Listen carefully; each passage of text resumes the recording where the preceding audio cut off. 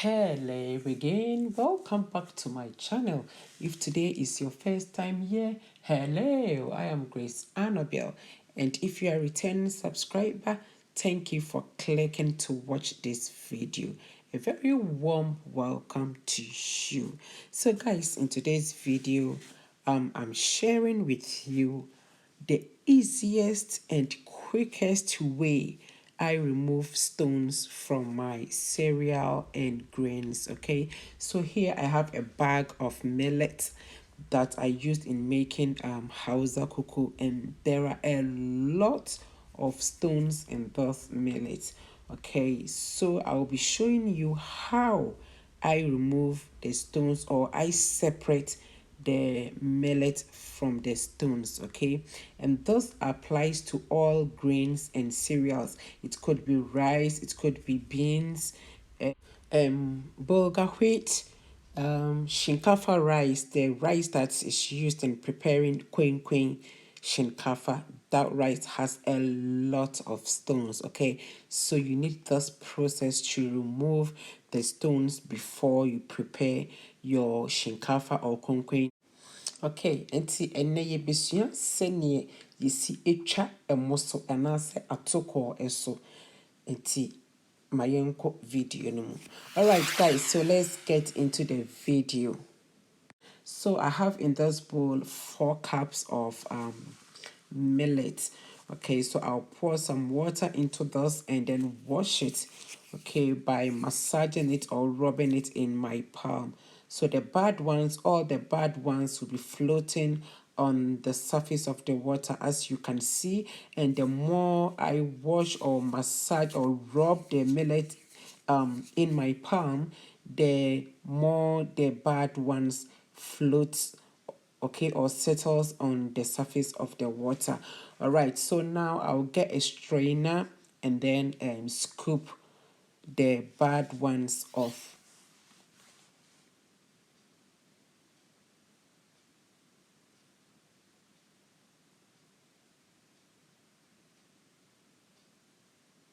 Right, so I'll try as much as I can to get most of the bad ones. Okay,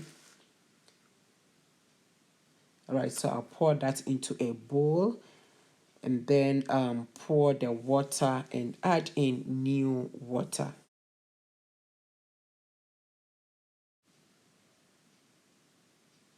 Okay, so I'll add in some more water, and this time you need 2 bowls. Okay, 1 bowl will be filled with water, only water, and then the other bowl will be filled with the millet and water.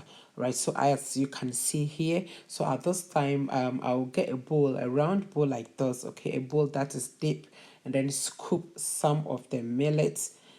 Okay, so after scooping it, I'll then bring it to the other bowl that has the water, and then just swirl the bowl around just like I'm doing in the video, and then pour it into my palm. So this way I'm also looking in the ones that is in my palm if there is any stone in there, because sometimes some of the stones can escape from the bowl and then get into your palm. So if you do that, you can pick the stones out from the ones that are in your palm, that is in your palm. Okay, so just look at this. So this is the first one. Usually you don't get a lot of stones in the first batch, but afterwards you get a lot. So just look at this. So at this stage, you have to take your time and do it gently.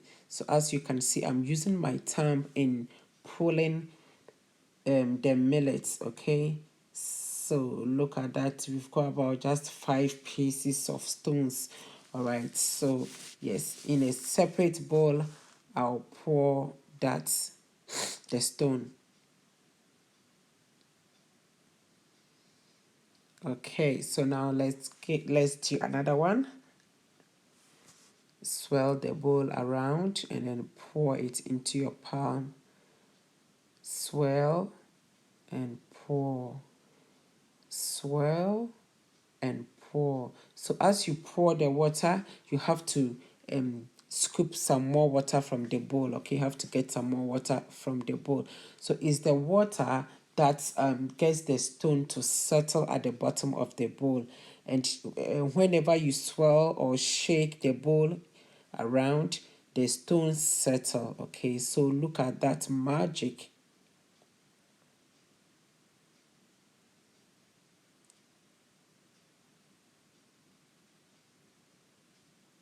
Okay, you see that at this point it's not much, so I am able to.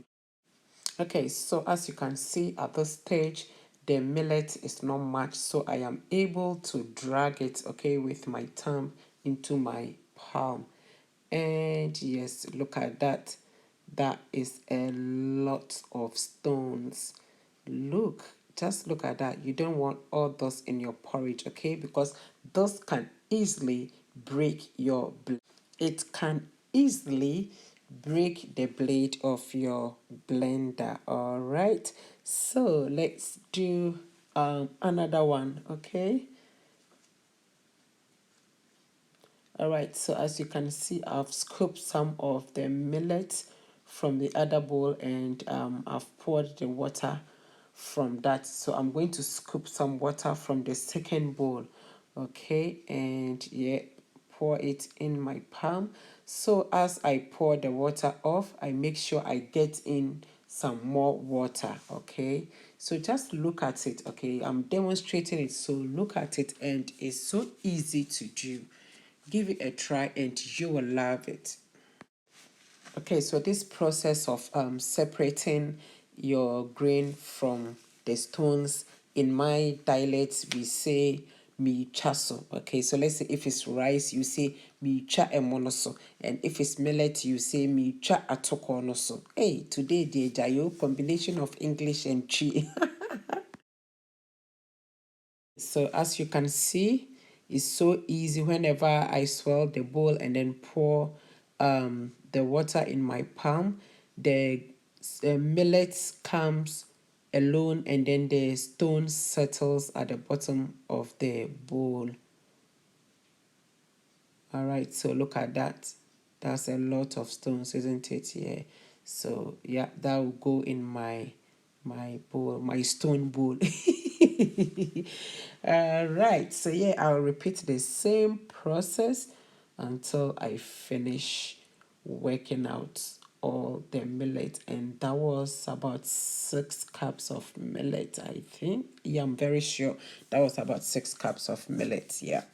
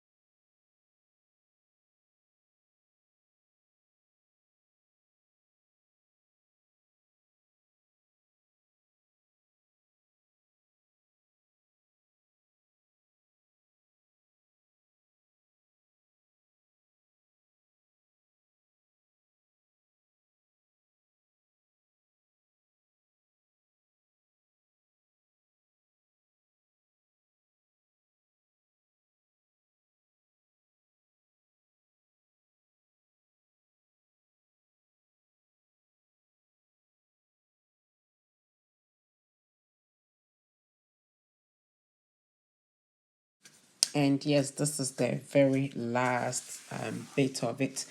And this part will have more of the stones. So let's see.